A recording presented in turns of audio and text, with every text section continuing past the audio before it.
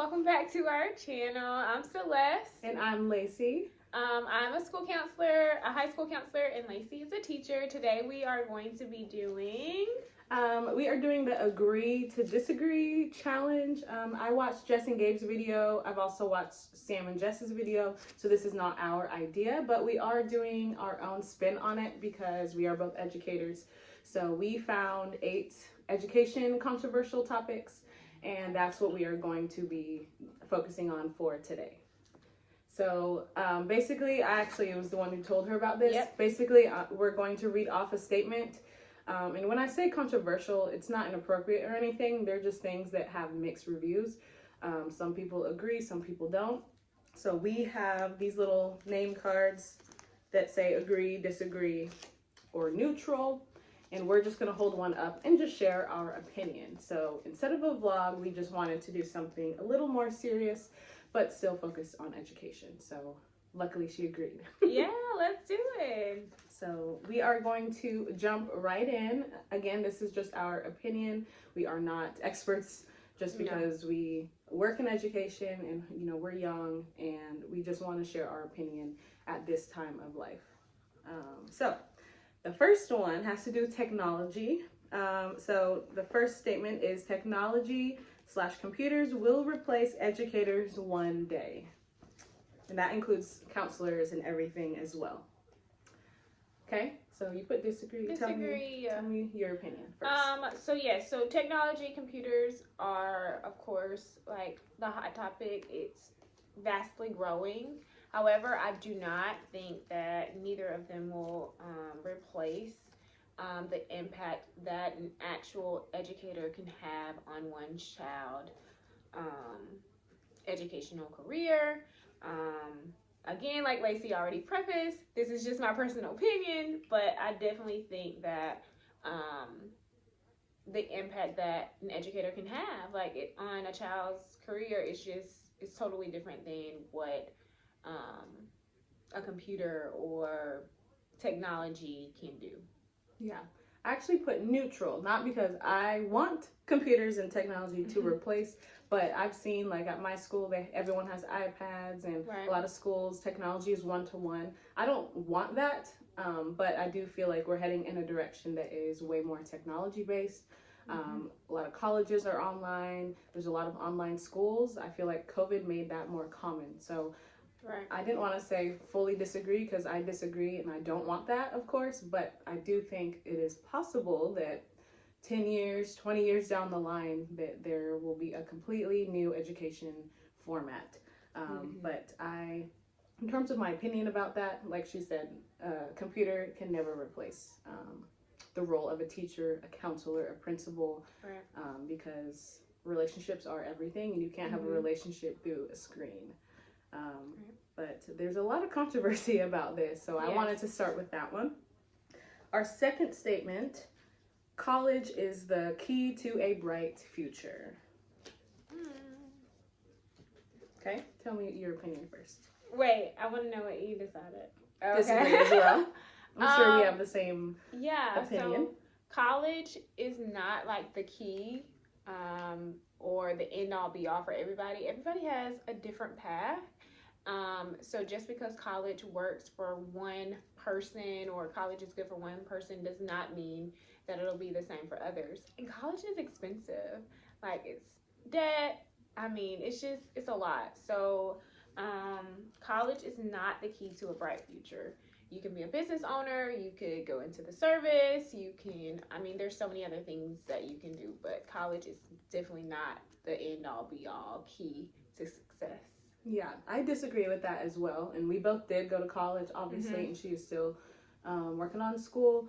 So I think it just depends on your job. Of course, to be a doctor or to work in education like us, we had to have that degree. But if I wanted to be a truck driver or, like she said, go into the service, I don't need to use all that money on school knowing I won't use it. So I just think someone having a bright future really just has a lot of different meanings. There's not one bright future, and college is not the one way. So we went and we had a good time, and you know, it was what we needed it for. We had to.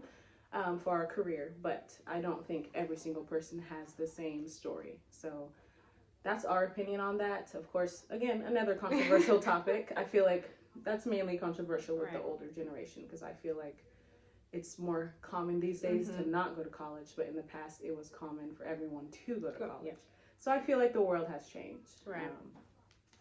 Okay, so the next one, it is easy to separate school life and home life.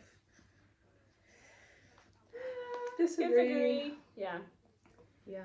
It is definitely not easy to separate school life and home life, especially when you care so much about your kids. Like, I find myself bringing home, or just even thinking about something that happened at work, or something specific about a student. I bring it home, I think about it, I overthink. So it is definitely not easy to separate. And then sometimes, like, I work at home. Like, even over Christmas break, I told you guys the other day that I was still checking emails, still, like, completing common apps for students. Like, it's hard, especially when you care. Yeah. And thinking about, I put disagree as well. I'm thinking more about the emotional side of it. If I have an argument with my husband, or an argument with Celeste or something in my personal life, my home life, then I feel like I might be in a bad mood at work, even though it's not the kid's fault. I feel like it's really hard. If you're just sad, you're going to be sad wherever you are. Right. So I feel like in an emotional sense, it is hard. That's why I disagreed. I feel like as an adult, of course, we can handle our emotions more. But as a kid, like, thinking about our students, you can tell when they're having a bad day. For sure. Because for them, for them, it's like almost impossible to separate, just because of how their brains are wired and their age. So it's easier as an adult to try to leave the problems from home at home and not bring them to school, but it definitely still is a fight. It's not easy, it's not simple. So that, I was thinking more of the emotional, but I agree with working from home. If you guys saw my last video, I mentioned working from home too. Working, we did have virtual days and all that, but it was supposed to not really be a day where you worked as much as I did. But it is very hard to separate. It's one of those jobs where you have to be on all the time. Same as counseling, you have to be they expect you to be in a good mood and be encouraging all the time. And not even that, too, to add, like, as a school counselor, you never know what's going to walk in your office. Like, you can be talking someone through an anxiety attack. I mean, you can be talking through a student going through something at home major, and, like, you never know what you're going to get. So it is important to separate home life, because you don't want to put any of your thoughts or your own feelings and emotions onto that student, because it could also make the situation worse for them. So it's important, but it is hard. For sure. That's a very good one. Our fourth one is education/schooling has changed over the years majorly. I don't know. I think agree, and you put neutral. I kind of like when we have different opinions. So go ahead and share your neutral. Yes, it has changed. But I still feel that. So when I was in school, yes, there were students who did not apply themselves. So that made education, pretty much the same as now. There's still students who are not applying themselves. So it makes education, or it puts a spin on education when students aren't really putting or trying. What am I trying to say? There's always going to be, like, a variety of different students. Yeah, that's exactly what I'm trying to say, I guess. So it makes it, I don't know, it has changed. But especially after COVID, education is just totally different, especially for teachers, because we're, you work your butt off trying to teach things and be creative and all these other things. So I definitely feel that it has changed. But as far as the students, I still feel like we have, I don't know, the same goal. Yeah.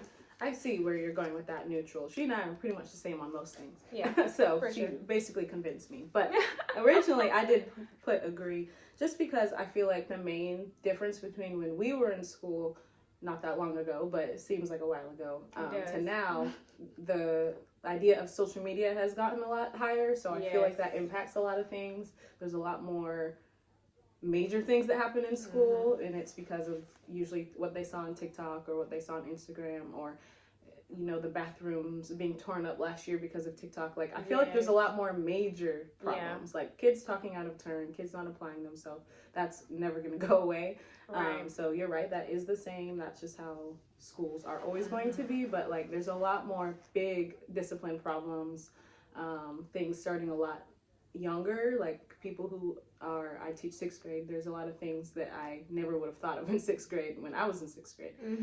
There's a lot of problems that go on a lot earlier. Kids are exposed to social media, so they are exposed to the I guess they're exposed to some negative trends and other stuff like that. So I feel like there's more major discipline. I guess I was thinking more so about discipline. There is still the same goal to educate the kids, so I do see where you're going with the yes but no. But I do feel like it's harder to stick to that goal of educating when there's all these discipline issues. So I'm kind of neutral, but I'm more on the agree side for this one. I like that. You kind of convinced me. So I'm both neutral. You can tell that we're best friends. The next one, you mentioned creativity. So our 5th statement is creativity is just for art class. And disagree. Strongly disagree. Right, strongly disagree. I mean, like I think I may have said this earlier, but it's so important to create stuff to engage your students. I mean, I'm not in the classroom anymore, but still, like, even as a counselor, I still have to find creative things for my students, even if it's just something for an individual student that we're working on. It's not just for art class. It's boring if you're not creative, right? Yeah, like I feel like just doing the typical worksheets, that's more of old school teaching. I feel like creativity is more of a new expectation or a new thing that all classes try to do. It's not just a one subject type thing. Like science can be creative, social studies can be creative, math, I've seen a lot of color by numbers that my 6th grade students do with math equations. Like, that's just more fun because you're coloring. So if you're new here, I teach ELA 6th grade, and we do a lot of visual things. In one of my last videos, I explained a project where they had to choose their person of the year, and they did like a magazine cover on the front, which was creative, just like the Time magazine person of the year, and then on the back was the writing. So I think, to me, it's just as important as writing. So I'll have them do something visual to represent their topic and then do the writing. I don't want them to just sit and write every day and be like a robot. So it's really important to me. We color a lot. We do commercials, comic strips, and I still meet the standards and still have, pretty good test scores and all that. So I make sure that what we do creative is still helping them learn and preparing them for milestones. Okay, so the 6th statement, so discipline and behavior hinders student learning / teachers teaching. Definitely agree. Yes, agree. And I know you're not in the classroom anymore, but even for counseling, I'm sure you see discipline stuff. For sure. We see discipline a lot.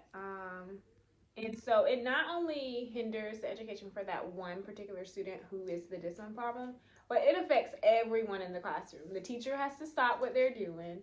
The students around them are paying more attention to what's going on, to what's happening. And so, it's just a revolving thing, and it impacts not only that one moment, but the next few days as well, because the other students are coming in and like, okay, so is it going to happen today?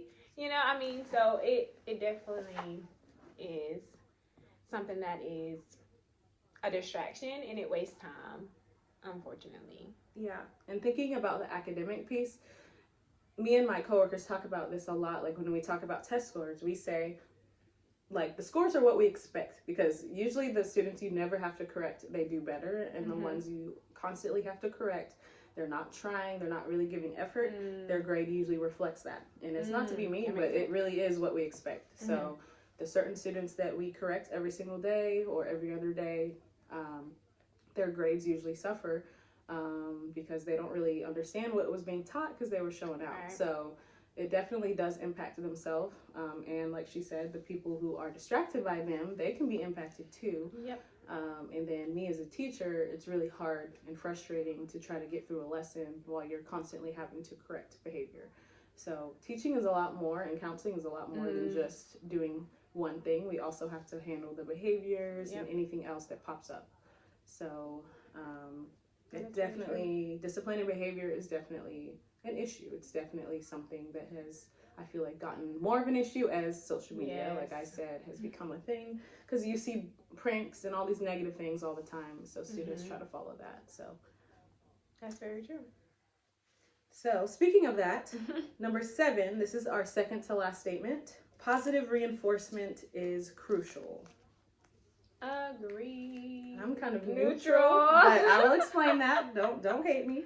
Well, okay, let me explain. To me, I think about being a mom as well. I notice how well Preston responds better whenever I am adding something to enforce his behavior or enforce the behavior that I want. And so I see the difference. And also with my high school students. Like whenever I do my weekly check-ins or my daily check-ins with my students, if they are doing something that we made a goal for last week and they come back in the following week and they have completed that goal, yes, I will give them a reward. So and it works. Now sometimes it does not work. So I can understand why Lacey would say neutral, but go ahead, Lacey. I'll let you explain. I wrote these statements down yesterday and I was like trying to think, like, I just think it's a case by case. Like I said, it's crucial. Like that's the number one, like, best thing. I feel like it's not, sometimes it's hard. Like I try to reward, we do like I-Ready, which is a big thing at our school, and I'll reward like the class with the highest I-Ready. But other classes don't really see that. I don't really announce it. I'm kind of like, okay, you won, but the other classes aren't here to witness it. So I don't know. I think for me, I need to kind of think about positive reinforcement a lot more. I've been thinking about what to do for this upcoming quarter 3 and quarter 4, because I do want to incorporate it more, but I do also think there's a time and a place to take things away. I mentioned in the last video when I filmed a week in my life before winter break that one of my classes, they were in trouble for something, and when it's the whole class, it was kind of a whole class situation I won't get into. It was, nobody could tell me the truth of what happened. Stuff like that, I'm like, well, there wasn't one person really that I could pinpoint to reward, because the whole class as a team, they decided not to be truthful about something. So I have to take away something after the break, which I won't say, they'll just find out. But so stuff like that, I feel like it's, again, a case by case. Like if there's a way to positively reinforce, then yes. But if you're in education, you know that it's not always black and white and stuff like that. If it's something like that affects like a whole class or something, then sometimes it's the opposite, and I have to take something away to try to teach them to be more responsible or to be truthful or whatever it is. So that's why I put neutral. I do think it's important, but it just depends on the situation and the group of kids. But I definitely am one who rewards. I always have candy that I hand out for certain things. And I do think it is crucial in some cases, but I couldn't 100% agree. But that's my opinion on it. But every single year, I feel like my opinion changes on all of these things. So I feel like if you could ask me next year, or if you had asked me last year with my 8th grade kids, like it could be different. I feel like all of our, like both of our opinions might change as life goes on, for sure. Negative reinforcement. What? You heard that? If those of you who have her as your counselor, you better watch out for quarter 3. The last one is education is not just about school, it is also about life skills. Oh, nope. Agree. And they're both green. My favorite color. What do you think? Yes, I definitely agree.